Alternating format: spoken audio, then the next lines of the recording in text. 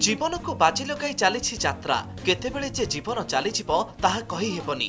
एई मरण रास्ता रे चली चली जाउछंती पिलारू बुढ़ा समस्ते। रास्ता समस्या जोगु लोके बहु समस्या भोगुछंती। जेउ गोटिए रास्ता अछि समस्तको 10 किलोमीटर रास्ता बुलिकी जिबाको पड़ी थाए। ऋषिकुल्या नदी उपरे रेल धारणा आउ लोक माने बाध्य होई सेई रेल धारणा कड़रे थिबा छोट रास्ता दे जिबा आसीबा करूछंती।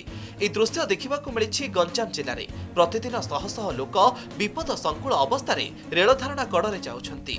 प्राय 2 किलोमीटर पर्यंत रास्ता दे जाउछंती छोटरू बड़ समस्ते। ट्रेन जिबा आसीबा करिबा समय रे किछि समय रहि जांती लोके। पुणी थरे आरंभ होई जाय गमनागमन।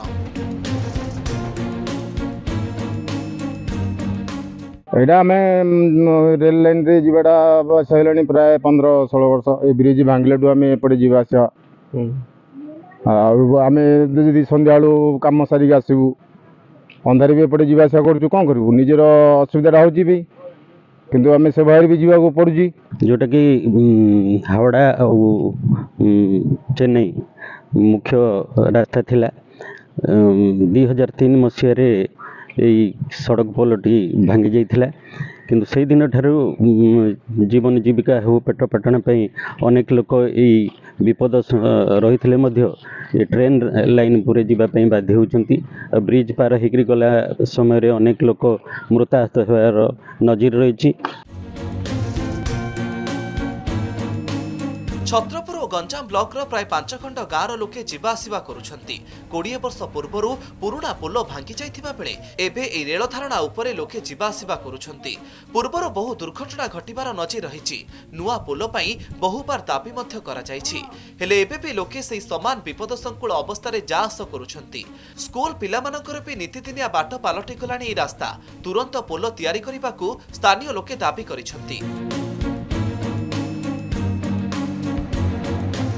कौन कर आज्ञा विपद अच्छु ब्रिजटा जिते शीघ्र हम दरकार ब्रिजटा एपटे तो आम 2003 ठू एपटे जावास होचु ब्रिज आउ कौ रास्ता ना जावाई केवल एपटे काईचपुर गंजा दामोदरपुर कल्याणपुर सब जगह एपटे राति दिन दिन राति सन्ध्या सब एपटे जावास होचु कौन रही लोक मृत्युवरण कर 3 लोक मृत्युवरण कर राज्य सरकार जिते शीघ्र हम करने दरकार आम रास्ता हाँ ब्रिज करने पुराना ब्रिज गोटे भांगी जीवार ब्रिजटा लोक जावासिया कर विपदजनक भाव दिन प्राय 200-300 लोक एपटे सेपटे जावासिया करते। सकाळु काम आसबे संध्या बेलू फेरबे एपट लोक सेपट जाऊँ सेपट लोक एपट आसुँच विपदजनक भाव विपदजनक संपूर्ण विपदजनक।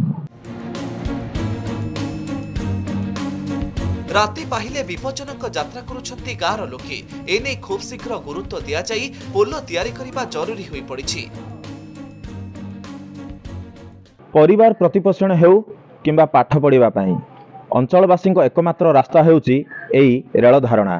तबे केबे राज्य सरकारक शुभ दृष्टि पड़िबो ओ गोटे सड़क पोल निर्माण हेबो अंचलवासी पई। गंजामरु भगवान दास को रिपोर्ट, कनक न्यूज।